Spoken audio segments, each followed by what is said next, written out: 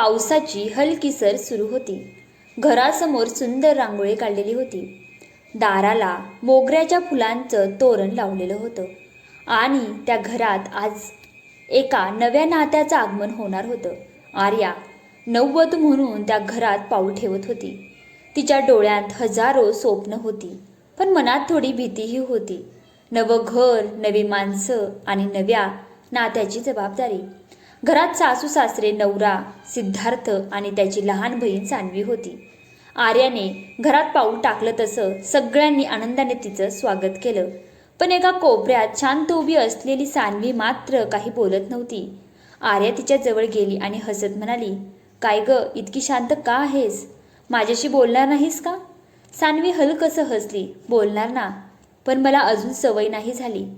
त्या रात्री आर्या खोलीत बसली होती. सिद्धार्थ तिच्याकडे पाहत म्हणाला, "सान्वी थोडी हट्टी आहे, पण मनाने खूप चांगली आहे." आर्या हसली, "मी प्रयत्न करेन तिची मैत्रीण बनण्याचा." दिवस हळूहळू पुढे जात होते. आर्या सगळ्यांची मनापासून काळजी घेत होती. सासूबाईंसाठी वेळेवर औषध, नवऱ्यासाठी गरम चहा आणि सान्वीसाठी तिच्या आवडीचा पास्ता. पण सान्वी अजूनही थोडं अंतर ठेवूनच वागत होती. एक दिवस सान्वीच्या कॉलेजमध्ये मोठं प्रेझेंटेशन होतं. ती खूप तणावात होती. आर्या तिच्या खोलीत गेली. "चल, एकदा मला सांग प्रेझेंटेशन, मी ऐकते." सान्वी चिडून म्हणाली, "तुम्हाला नाही समजणार हे सगळं." क्षणभर शांतता पसरली, पण आर्या रागवली नाही. ती फक्त एवढंच म्हणाली, "ठीक आहे, पण कधी मदत हवी वाटली तर मी आहे, एक मैत्रीण म्हणून." त्या रात्री सान्वीच्या खोलीतून हलकासा रडण्याचा आवाज येत होता. आर्या हळूच आत गेली. सान्वी डोळे पुसत म्हणाली, "माझं काहीच नीट होत नाही." आर्या तिच्याजवळ बसली. तिने प्रेमाने तिच्या डोक्यावर हात ठेवला. "सगळं नीट होईल ग, स्वतःवर विश्वास ठेव." त्या एका स्पर्शाने सान्वीच्या मनात पहिल्यांदाच भावजे नाही तर आपलं माणूस अशी भावना निर्माण झाली. दुसऱ्या दिवशी सकाळी सान्वी स्वयंपाकघरात आली तर आर्या पोहे बनवत होती. "इतक्या सकाळी उठता तुम्ही?" सान्वीने विचारलं. आर्या हसली, "घर सांभाळायचं असेल तर लवकर उठावंच लागतं." सान्वी पहिल्यांदाच तिच्याकडे प्रेमाने पाहत होती. त्या दिवसापासून दोघी थोड्या थोड्या जवळ येऊ लागल्या. एकत्र स्वयंपाक, एकत्र बाजारात, कधी उशिरापर्यंत गप्पा. घरात सगळ्यांनाच त्यांचं नातं आवडू लागलं. पण प्रत्येक नात्याला कुणाची ना कुणाची नजर लागतेच. एक दिवस शेजारच्या काकूंनी सान्वीला विचारलं, "लग्नानंतर भाऊजाई येते आणि भाऊ आपल्यापासून दूर जातो." त्या शब्दांनी सान्वीच्या मनात भीती निर्माण झाली. त्या रात्री सिद्धार्थ ऑफिसमधून आला. तो थेट आर्याजवळ जाऊन बसला. सान्वी मात्र एकटी शांत बसून राहिली. तिच्या डोळ्यात नकळत पाणी आलं. आर्याने ते पाहिलं. ती शांतपणे तिच्याजवळ जाऊन बसली. "काय झालं ग?" सान्वी रडत म्हणाली, "लग्नानंतर भाऊ बदलतो का खरंच?" आर्याच्या डोळ्यातही पाणी आलं. ती हळू आवाजात म्हणाली, "नाती बदलत नाही ग, फक्त माणसांच्या जबाबदाऱ्या वाढतात."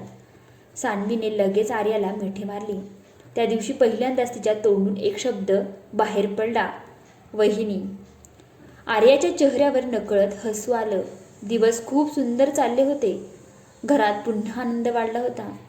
पण अचानक एक दिवस सान्वीच्या कॉलेजची फीसचे पैसे हरवले. घरात सगळे घाबरले. सासूबाई रागात म्हणाल्या, "इतके पैसे घरातून कसे गायब झाले?" सगळ्यांच्या नजरा आर्याकडे वळाल्या, कारण त्या दिवशी घरात ती एकटी होती. आर्याच्या डोळ्यात धक्का होता. "आई, मी नाही घेतलेले पैसे." पण कुणी तिचं ऐकून घेत नव्हतं. सान्वी ही शांत उभी होती. त्या शांततेने आर्याचं मन तुटलं. ती खोलीत जाऊन एकटी रडत बसली. रात्री सान्वी तिची बॅग शोधत होती आणि अचानक ते पैसे तिच्याच बॅगेत सापडले. तिच्या हातापायांना थरथर सुटली. ती धावत आर्याच्या खोलीत गेली. आर्या खिडकीजवळ उभी होती. डोळ्यांत अश्रू होते. सान्वी रडत म्हणाली, "वहिनी, मला माफ कर, पैसे माझ्याच बॅगेत होते." आर्या काही क्षण शांत राहिली आणि मग हलकसं हसली, पण तिच्या डोळ्यांतलं दुःख स्पष्ट दिसत होतं. सान्वी तिच्या पायाशी बसली. "मी तुमच्यावर विश्वास ठेवायला हवा होता." आर्याने तिला लगेच उठवलं. "नातं तेव्हाच टिकतं जेव्हा विश्वास तुटला तरी माणसं सोडून जात नाहीत." सान्वी जोरात रडू लागली. त्या रात्री ती आर्याचा हात पकडूनच झोपली. काही दिवसांनी सान्वीला अचानक खूप ताप आला. तिची तब्येत खूप बिघडली. रात्रभर आर्या तिच्या बाजूला बसून होती. कधी कपाळावर थंड पाण्याच्या पट्ट्या, कधी तिला औषध, कधी प्रेमाने डोक्यावरून हात. सिद्धार्थ म्हणाला, आर्या तू थोडा आराम कर. ती हसून म्हणाली, माझी बहीण आजारी आहे, मला झोप कशी येईल? सान्वी अर्धवट झोपेत सगळं ऐकत होती. तिच्या डोळ्यात नकळत अश्रू आले. सकाळी ताप उतरला. सान्वीने हळूच विचारलं, वहिनी मी तुमच्यासाठी इतकी खास का आहे? आर्या हलकसं हसली.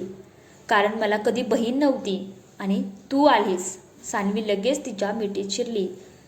त्या मिठीत रक्ताचं नातं नव्हतं, पण त्याहूनही मोठं प्रेम होतं. काळ पुढे सरकत होता आणि एक दिवस घरात पुन्हा आनंदाची बातमी आली. कारण सान्वीचं लग्न ठरलं होतं. घरात लगबग सुरू झाली. सगळे तयारीत व्यस्त होते, पण आर्या मात्र आतून शांत झाली होती. सान्वीने विचारलं, काय झालं वहिनी? आर्या हसली, पण डोळे ओले झाले. तू गेल्यावर माझ्याशी भांडणार कोण? सान्वीच्या डोळ्यातही अश्रू आले. मी कुठेही गेले तरी तुमच्याशिवाय राहू शकणार नाही. आणि अखेर लग्नाचा दिवस उजाडला. सान्वी नवरीच्या रूपात खूप सुंदर दिसत होती. सगळ्यांच्या डोळ्यात आनंद होता, पण मनात वेद नाही. विदाईची वेळ आली. सान्वी आईला मिठी मारून रडली. बाबालाही तिने मिठी मारली, पण आर्याजवळ येताच ती पूर्णपणे कोसळली. वहिनी मी तुम्हाला खूप मिस करेन. आर्याने तिचा चेहरा हातात घेतला. सासरी जात आहेस, पण हे घर कायम तुझंच राहील. सान्वी रडत म्हणाली, तुम्ही फक्त माझी वहिनी नाही, तुम्ही माझ्या आईसारख्या आहात. त्या क्षणी घरातल्या प्रत्येकाच्या डोळ्यात पाणी आलं. सान्वी लग्न करून गेली. घर पुन्हा शांत झालं. आर्या रोज तिची आठवण काढायची. स्वयंपाक करताना, चहा बनवताना, रात्री गच्चीत बसताना सगळीकडे तिला सान्वीचीच आठवण यायची. एक दिवस अचानक दाराची बेल वाजली. आर्याने दार उघडलं आणि समोर सान्वी उभी होती. ती धावत आली आणि आर्याला घट्ट मिठी मारली. वहिनी तुमच्याशिवाय राहवत नाही. आर्या हसत रडू लागली. सान्वी तिचे हात हातात घेऊन म्हणाली, लोक म्हणतात नणंद भाऊजाईचं नातं नेहमी भांडणाचं असतं, पण मला जगातली सगळ्यात सुंदर वहिनी मिळाली. आर्याने तिच्या कपाळावर प्रेमाने चुंबन घेतलं. कारण तू फक्त नणंद नाहीस, माझी लहान बहीण आहेस.